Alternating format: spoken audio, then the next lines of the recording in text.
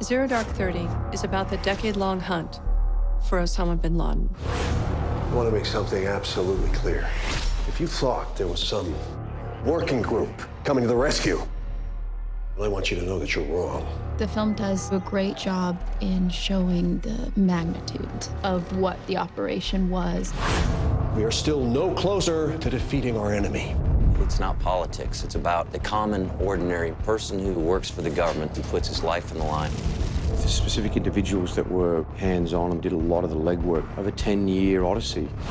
I want targets.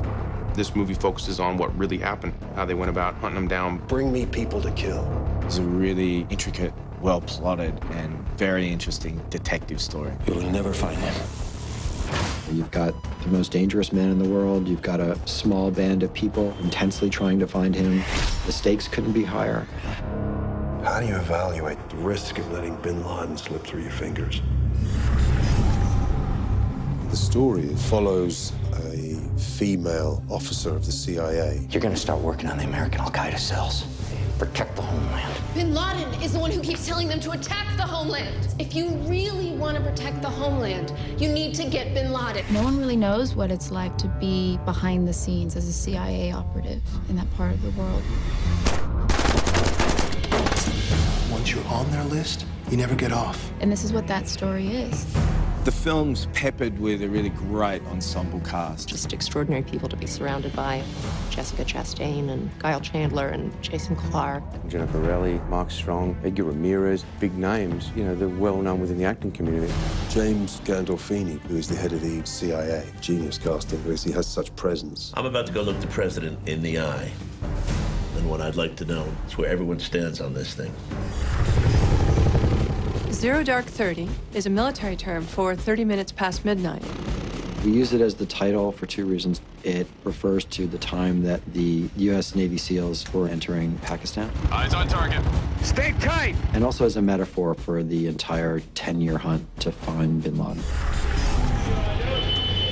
Thank you, and background! Authenticity was really important to everybody. The director, the writer. It's important subject matter. You want to make it right. The entire movie is really based on first-hand accounts from people who were directly involved.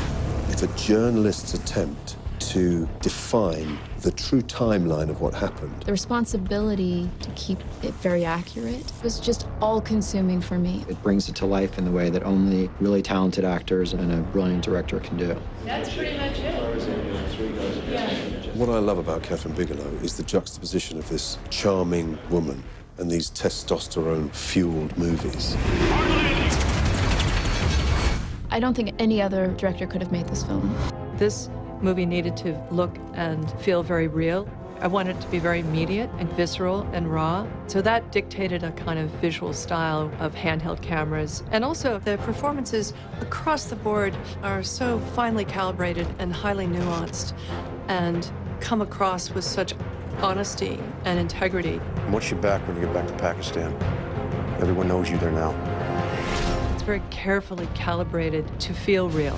111 Charlie, take 2 on the end. We all want a pertinent piece of work, something that is of our time, something that's really about this world that we've all been through. There's a certain amount of, damn, I was part of that. Hey! Put your hand out of your pocket! Hey! No! This is going to be an extremely hard-hitting movie. Oh my God, is that what I think it is? I think this film is important because this is our generation's JFK. We all do remember where we were when we found out Osama bin Laden was killed. It's the hardest thing I've ever done. It will always be one of the best parts of my career.